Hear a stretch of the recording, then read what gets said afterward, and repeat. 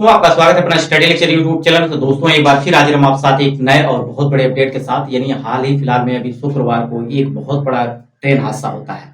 आखिर ट्रेन हादसा होने की क्या वजह रही है, इसके पीछे आज क्या कहानी है, इस वीडियो में आज बात करेंगे। और इस ट्रेन हादसे में कौन कौन सी ट्रेनें आपस में टकरा गई थी, सारा कुछ इस वीडियो में बात करेंगे। साथ ही साथ ये भी बात करेंगे कि क्या ट्रेन ड्राइवर यानी लोको पायलट जो होता है, ट्रेन ड्राइवर जो होता है, उसके पास क्या क्या ऑप्शन रहते हैं, यानी क्या वो ट्रेन को एक ट्रैक से दूसरे ट्रैक ले जा सकता है, या एक ट्रेन की स्पीड को कितना ज्यादा कितना कम कर सकता है। तो सारा कुछ आज इस वीडियो में कवर करेंगे। वीडियो के एंड तक बने रहिएगा।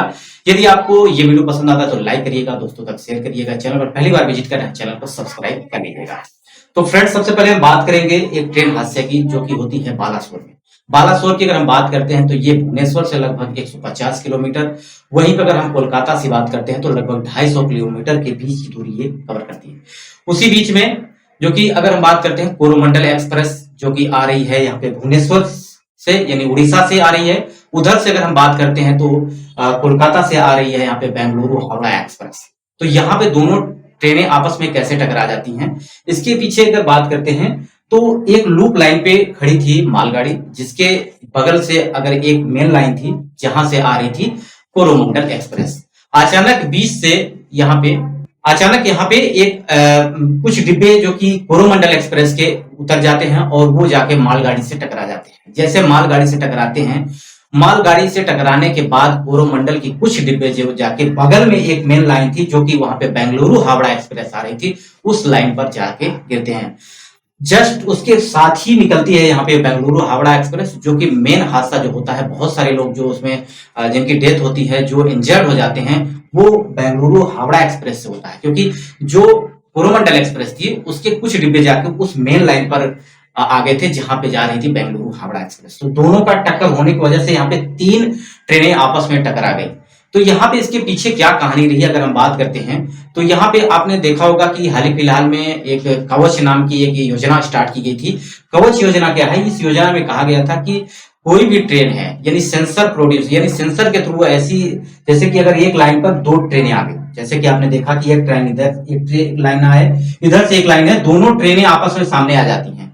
तो कवच जो यहाँ पे एक प्रकार का सुरक्षा यंत्र तैयार किया गया है रेलवे के द्वारा, उन सेंसर के थ्रू ये दोनों आपस में ट्रेनें एक दूसरे से दूर पर रुक जाएंगी। लेकिन यहाँ पे ये घटना जो घटी, इसमें कवच जो कि ये सिस्टम उस पर लागू नहीं था, यानी उस पर लगाया नहीं गया था, जिसकी वजह से यहाँ पे ये दुर्घटना हो गई।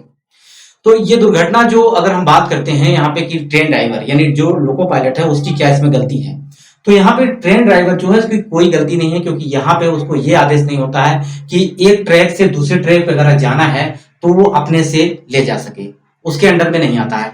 ट्रेन ड्राइवर यानी लोको पायलट की अगर बात करते हैं तो अंदर में सिर्फ यही चीज आती है कि वो स्पीड को बढ़ा सकता है, घटा सकता है, बशर्ते उसके जो कि ट्रैक वो चेंज नहीं कर सकता है। तो यहाँ पे कुछ तकनीकी, यहाँ पे अगर बात की जाए तकनीकी कुछ स्टेशन से भी हुई है खराबी, जिसकी वजह से ये दुर्घटना हुई है।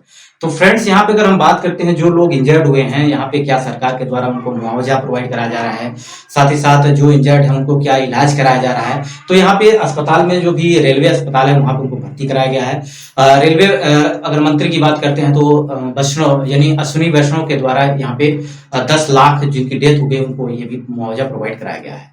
तो फ्रेंड्स, यहाँ पे जो प्रॉब्लम हुई है ये तकनीकी खराबी हुई है, जो कि या तो ये मानवीय घटना है, जैसे कि अगर हम बात करें जो वहां पे कंट्रोल कर रहे हैं, पैनल को कंट्रोल कर रहे हैं, उनके द्वारा गलत मैसेज किया गया है, या ट्रैक लाइन में कोई ऐसी प्रॉब्लम थी जिसकी वजह से ये घटना हुई है।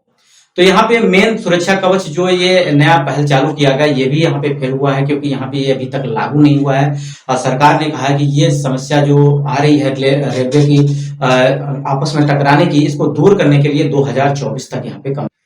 तो फ्रेंड्स, बात करेंगे आज तक की सबसे बड़ी घटना, रेल दुर्घटना की अगर हम बात करते हैं तो ये बिहार में एक पुल को पार करते समय एक पैसेंजर ट्रेन नदी में गिर जाती है, जिसमें लगभग 750 लोगों की मौत हो गई थी। उसके बाद की बात करें तो ये दूसरी सबसे बड़ी घटना हुई है, जिसमें लगभग 300 प्लस लोगों की डेथ होने की सूचना यहाँ पे आ रही है।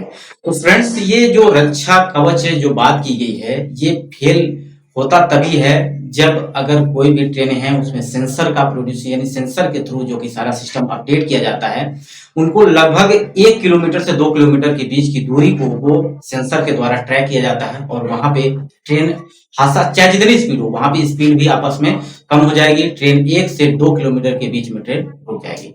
तो फ्रेंड्स आशा करते हैं ये सारे कुछ आपको समझ में आ गया होगा। अगर आपके कोई भी प्रश्न है जिसपे आप वीडियो जानना चाहते हैं तो आप कमेंट कर सकते हैं, पर मैं आपको वीडियो प्रोवाइड करूंगा।